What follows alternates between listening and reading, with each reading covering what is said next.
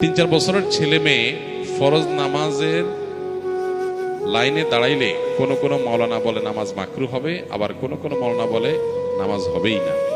আপনি বলেন নামাজ হবে, উহার হাদিস নম্বর কত জানালে খুশি হব।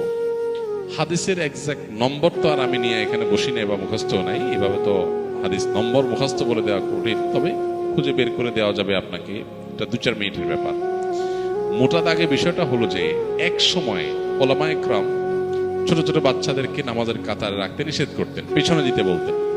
বাচ্চারা যখন দুষ্টমি করে পিছনে আবার একসাথে হয়ে আরো ঝামেলা তৈরি করে, তখন বাবা মা তাদের পাশাপাশি দাঁড় করার পরে এখন ওলামায়ে কেরাম নিষেধ করেন না। এটা হলো বাস্তবতা।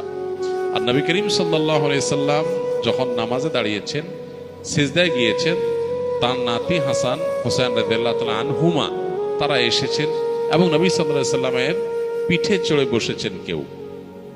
এ হাদিস প্রসিদ্ধ এবং আমরা সবাই জানি। তো এই যে বাচ্চা এসে সিজদার সময় কাঁধে বসেছে, নবী করিম সাল্লাল্লাহু আলাইহি সাল্লাম নামাজের পরে কোনো ভৎসনা করতে শোনা যায় নাই যে তোমরা কেউ বাচ্চাকে কেন ধরো নাই, কেন সে নামাজের মধ্যে এসে এখানে উঠলো বা সামনের কাতারে আসলো, তিনি ডিস্টার্ব হয়েছে এরকম কোনো কথা বলেন নাই। কারণ বাচ্চাদের এতটুকু ডিস্টার্বকে সহ্য করতে হবে, সবর করতে হবে, তাদেরকে মসজিদে আসাটাকে অ্যাপ্রিসিয়েট করতে হবে। হ্যাঁ, যদি বাচ্চাদের দুষ্টামির আশঙ্কা না থাকে তাহলে অবশ্যই তাদেরকে আলাদা কাতারে পেছনে দাঁড় করানো উত্তম। কিন্তু তারা ডিস্টার্ব করবে, একসাথে হয়ে আরো ঝামেলা করবে, এরকম হলে বাবারা তাদের পাশে রাখতে কোনো অসুবিধা নেই। এই ব্যাপারে এখন কোনো আলেমই তেমন ভিন্নমত করেন বলে আমার জানা নেই। অতএব কোনো আলেম যদি ভিন্নমত করেন তাহলে সেক্ষেত্রে হয়তো তিনি এই বিষয় সম্পর্কে জানেন না, এর বাইরে হয়তো বর্তমান ওলামায়ে কেরামের দৃষ্টিভঙ্গি সম্পর্কে তার ধারণা নেই। এ সম্পর্কে আর কি, এর বাইরে আর কি বলা যাবে। আমার বয়স 19 বছর। আমি ছোট থেকে নানু নানার সাথে থাকি, আমার মা বাবার সাথে থাকি না, কিন্তু মা বাবার সাথে কথা হয়, দেখা হয়। এখন আমার প্রশ্ন, আমার নানু অসুস্থ হলে আমার খুব খারাপ লাগে, কিন্তু মা বাবার ক্ষেত্রে খারাপ লাগে না, টেনশন হয় না। এখন আমার মাঝে মধ্যে মনে হয় আমি সন্তান হিসাবে কুসন্তান হয়ে গেছি নাকি। সন্দেহাতীত ভাবে এটা খারাপ জিনিস যে আপনার মা বাবার অসুস্থতা আপনার কষ্ট হয় না, কারণ আপনি তাদের সাথে থাকেন না, মায়া তৈরি হয়নি। প্রথমত মা বাবা হিসাবে তারা, অভিভাবক হিসাবে আপনার মা বাবা হিসাবে তাদের কোনো কষ্ট হলেই আপনার ভিতরে কষ্ট অনুভব হতে হবে। এটা হওয়ার জন্য আপনি তাদের সান্নিধ্যে যাবেন, তাদের কাছে থাকবেন এবং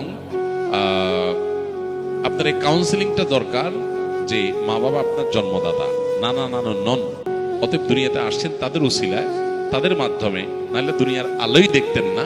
বিধায় তাদের প্রতি আপনার কর্তব্য আছে, সেই কর্তব্যটা আপনাকে পালন করতে হবে। এটার জন্য প্রয়োজনে তাদের সাথে থাকবেন, তাদেরকে ধারণ করবেন, বোঝার চেষ্টা করবেন, তাদের অবদানটাকে অনুভব করার চেষ্টা করবেন, তাহলে ইনশাআল্লাহ এই দায়িত্ববোধটা জাগ্রত হবে। আমরা অনেকেই আছে যে মা বাবার কাছ থেকে দূরে কোনো কারণে পারিবারিক নানান কলহ ইত্যাদি হয়, ছোটবেলা থেকে আর দূরে থাকতে থাকতে মা বাবার প্রতি সে রেসপন্সিবিলিটি তৈরি হয় না।